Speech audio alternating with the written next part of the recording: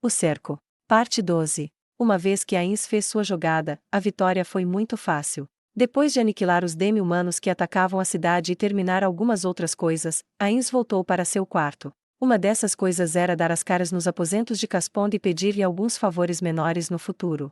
Sendo curto e direto, depois de destruir o acampamento dos demi-humanos até as cinzas, ele não tinha nenhum problema em dar-lhes as rações e todo o resto, exceto itens mágicos. Já que Ainz havia devastado o acampamento demi-humano sozinho, então os espólios dos demi-humanos deveriam ter pertencido a ele por direito. Colocá-los na caixa de troca teria dado uma boa quantia. Porém, se ele monopolizasse tudo, a boa vontade que ele construíra tão meticulosamente poderia acabar perdendo seu valor. Sendo esse o caso, ele precisava pensar no sentido de ser um investimento e dar tudo para o reino sacro. Claro, pode haver itens mágicos valiosos entre os itens, e ele não tinha intenção de desistir deles. Normalmente, Ainz teria ido ao acampamento sozinho e usado maior visão mágica, detectar magia e outras magias de adivinhação para examinar a cena, mas ele sentiu que não havia necessidade de fazê-lo. Além disso, Demiurgo deveria ter investigado quais itens mágicos os demi-humanos possuíam de antemão. Mesmo se um peixe tivesse pulado fora da rede, não deveria haver nada ali que pudesse prejudicar Ainz. Se houvesse, então teria sido mais chamativo. Depois disso, ele foi recuperar o equipamento daqueles 3 demi-humanos. Como esperado, ninguém ousou saquear os cadáveres, e assim Ainz recuperou seus itens mágicos sem incidentes. Claro, ele tinha uma ideia de quão poderosos esses itens eram e da mana que continham, mas ele ainda tinha esperança por algo bizarro ou incomum. Ele os jogou na cama e se preparou para investigar magicamente todos e cada um deles, mas ele tinha algo que precisava fazer primeiro.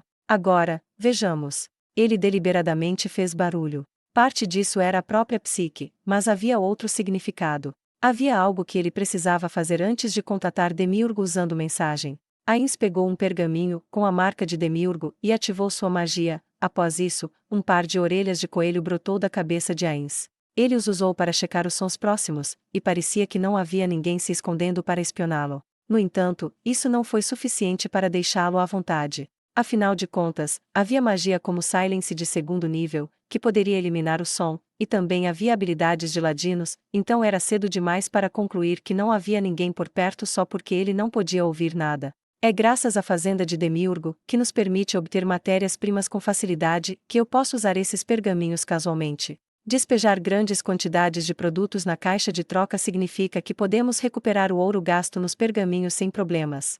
Eu já pensei sobre isso antes, mas tenho um bom pressentimento sobre as várias maneiras pelas quais Nazarick está se desenvolvendo. Eles podiam usar o pergaminho comum deste mundo para magias de primeiro nível como orelha de coelho, mas alguém precisaria de materiais de Yggdrasil para usar itens de níveis mais altos. No entanto, parte do problema de abastecimento já havia sido sanado. Embora fosse verdade que eles só poderiam ser usados como substitutos para pergaminhos de até terceiro nível, era um fato que Demiurgo já havia feito um grande trabalho. Mas primeiro e indiscutivelmente, ao considerar tudo o que havia sido feito até agora, Demiurgo seria o mais merecedor de elogios por suas contribuições. Em seguida, seria Albedo e seu perfeito gerenciamento de Nazarick.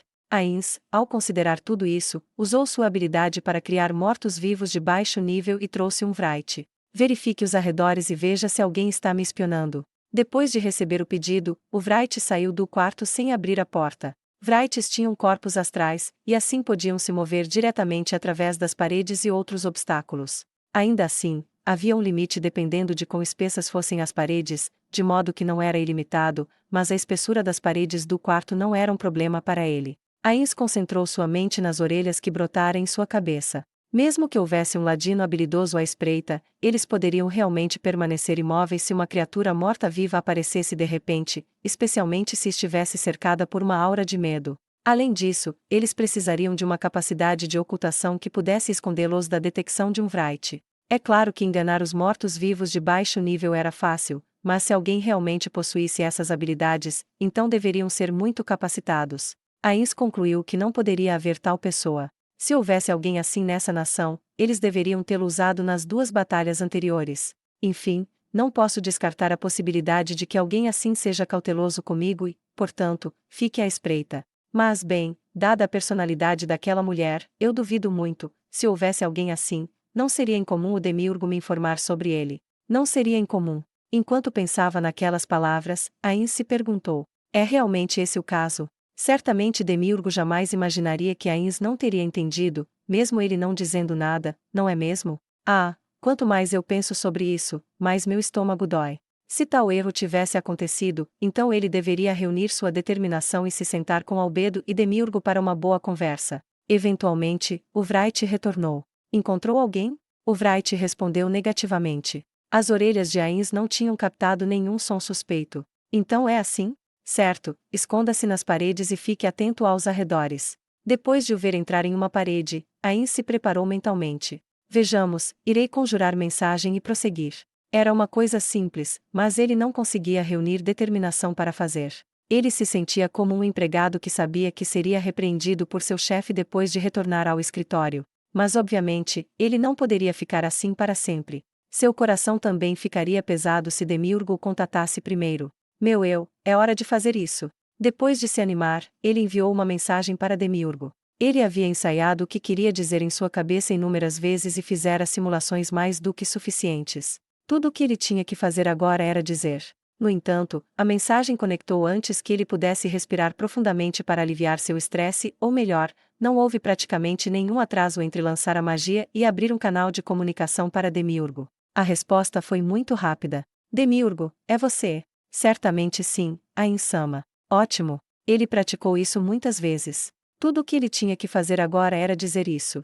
Eu queria saber se possui alguma dúvida sobre a divergência de minhas ações no relatório e, por conta disso, entrei em contato com você. Embora eu entenda o que você quer dizer, sinto que Albedo também deveria estar presente se houver perguntas detalhadas. Volte para Nazarick sem demora. Eu voltarei agora também.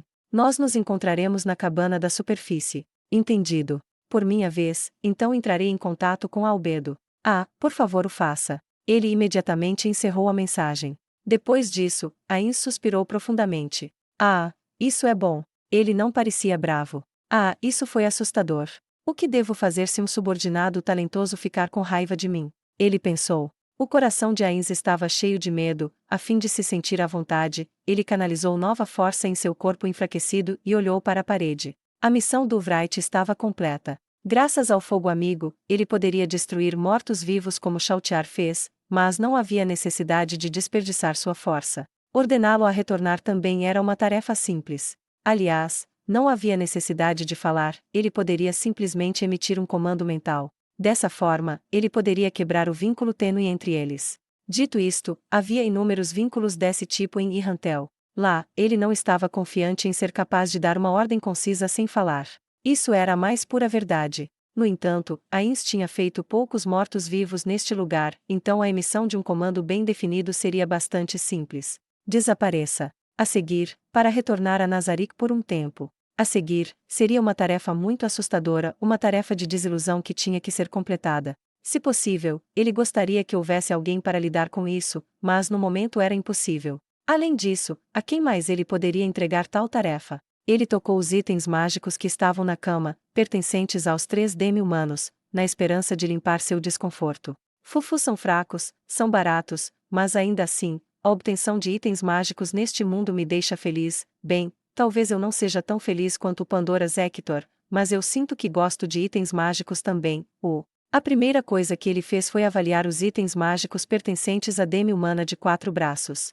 Entre eles, estava a braçadeira que a havia protegido contra a magia de morte instantânea de Ains, se chamava Braçadeira de Guarda-Morte. Poderia conceder imunidade à magia da morte uma vez por dia. Ains pegou-a e girou-a na mão várias vezes, depois a colocou de volta na cama. Chatos. Se ao menos houvesse itens melhores. Então, assim que ele estava prestes a sair, ele ouviu o som de bater na porta. Uma voz do exterior disse: Vossa Majestade, sou eu, Neia Baraja. Ains imediatamente se inspecionou. Então ele olhou ao redor do quarto para assegurar que seu porte era o do soberano absoluto conhecido como Rei Feiticeiro. Depois disso, ele lentamente se acomodou em uma cadeira e a pose que ele adotou foi a Rei Ains número 24. Entre. Ele fez o melhor que pôde para falar em voz calma e grave. Essa mudança no tom também foi o resultado das repetidas práticas.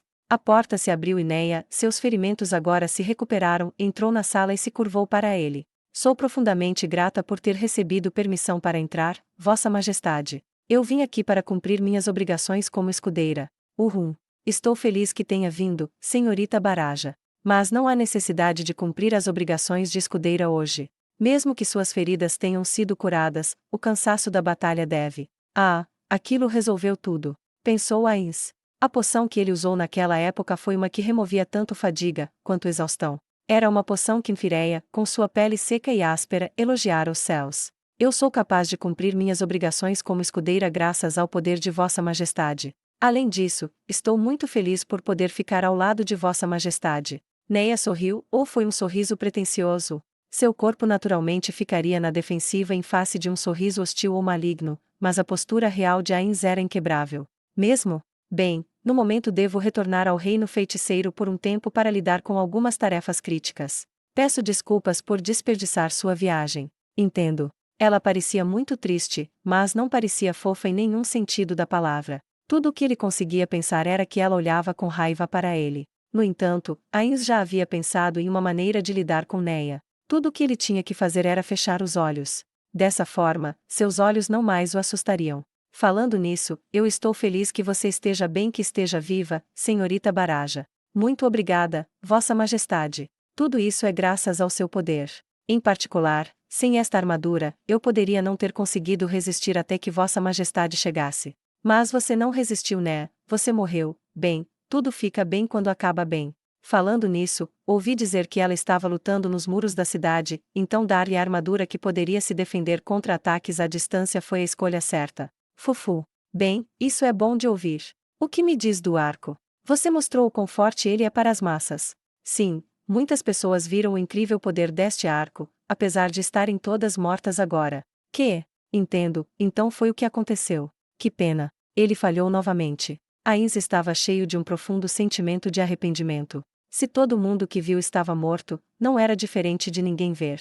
Talvez eu devesse desistir de tentar promover armas rúnicas. Pensou Ainz. Ainda assim, acho que deve haver mais chances para isso. Mesmo que esse plano falhe, isso não significa que eu perdi, e haverá grandes benefícios se for bem sucedido. Tenho certeza de que sem o equipamento que Vossa Majestade me emprestou, eu estaria no céu com os outros. Muito obrigada, Vossa Majestade. Ainz sentiu que suas palavras vinham do coração, e assim Ainz pensou. Belo trabalho. Claro, ele não podia expressar essa emoção. Afinal, ele teve que continuar mostrando a ela um equilíbrio de governante. Não é nada demais. Tudo o que você precisa saber é que o dever de um mestre é proteger seus seguidores. Ainz abriu os olhos em uma pequena fenda para estudar sua reação. O rosto de Neia se contorceu ligeiramente quando ela ouviu a palavra seguidores. Provavelmente não era raiva, mas parecia uma espécie de infelicidade. Dado sua atitude atual e considerando que o fluxo da conversa fosse confiável, não era esse o caso. Em outras palavras, abrir os olhos foi um erro.